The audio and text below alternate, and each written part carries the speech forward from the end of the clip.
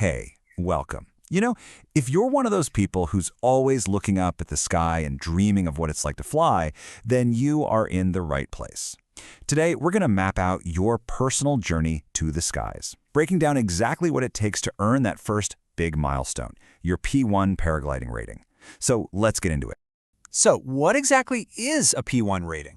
Well, the best way to think about it is like a learner's permit for the sky. It's that very first official step. It proves to you, and more importantly to your instructor, that you've got a handle on the absolute fundamentals of safety and wing control, all while you're under their direct supervision. It really is the foundation for everything that comes next. All right, so we're going to walk through this whole journey in 4 clear phases. First up, the groundwork. All the stuff you got to cover before your wing even sees the light of day. Then we'll get into the fun part, what I call dancing with your wing. After that, the moment you've been waiting for, actually taking to the air. And finally, we'll wrap up with what it takes to get that official P1 sign-off. Okay, let's start at the beginning with Phase 1, groundwork. This is everything that has to happen before you even think about unpacking that paraglider. Preparation is everything in this sport. First things first, we've got to get the paperwork out of the way.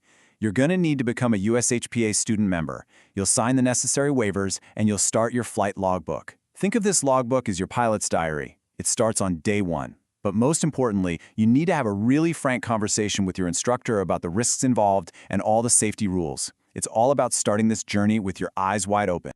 Next, you've got to get to know your equipment. Really know it. You should be able to point to and name every key part of your wing, your harness, and understand exactly what your helmet and reserve parachute are for.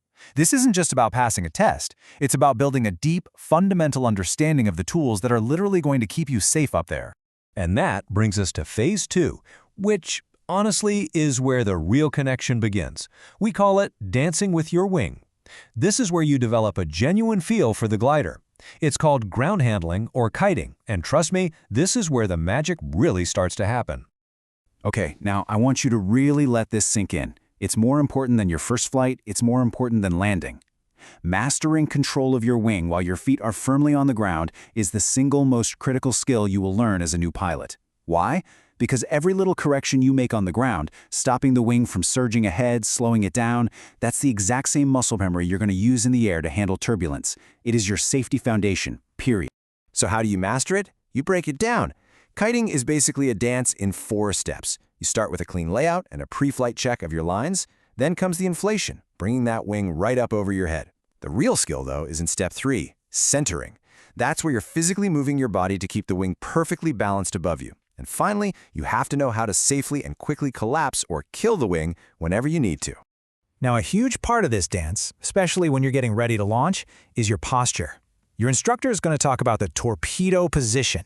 It's this really athletic stance. Your chest is out, you're leaning forward into the harness, and you're driving hard with your legs. That committed energy is what keeps the wing from yanking you backward and guarantees a powerful run to get you airborne. All that practice, all that kiting, all that dancing on the ground, it all leads us here, to Phase 3, taking to the air. After all that work, this is the big payoff. This is the moment you leave the ground for the very first time. So picture this. You're on the training hill. The wind is just right. Your instructor looks at you and gives you the nod. Are you ready? Well, before you can even answer, there's one more crucial step you have to take.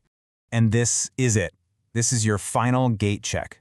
The pre-flight checklist is a non-negotiable ritual that you will do before every single flight for the rest of your life.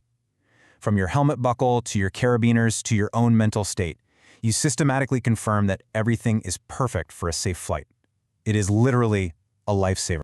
And then you're flying.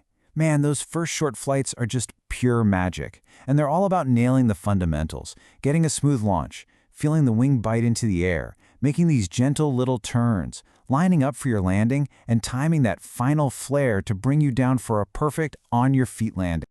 Okay, so after all that practice, we finally arrive at the last step, earning your P1 rating. You've done the kiting, you've had those first amazing flights, and now it's time to make it official. So the final sign-off is really a 3-part deal. You'll need a minimum of 5 logged flights, though you'll probably do a lot more than that. You have to pass the USHPA written exam to prove you know the theory. And finally, your certified instructor has to look at your skills, agree you've met all the standards, and officially sign you off. Now this right here might be the most important takeaway from this whole thing. A P1 rating proves you are a competent student pilot. It's your foundation to start working towards your P2. What it is not is a solo license. It absolutely does not mean you are qualified to just go out and fly on your own without an instructor's guidance and supervision. That's so crucial to understand. You know, earning that P1 is an incredible achievement. It's the result of hard work, focus, and a whole lot of courage. But it's not the finish line. It's not even close. It's the starting gate to a lifelong adventure in the sky. So the real question is, once you've earned them, what are you going to do with them next?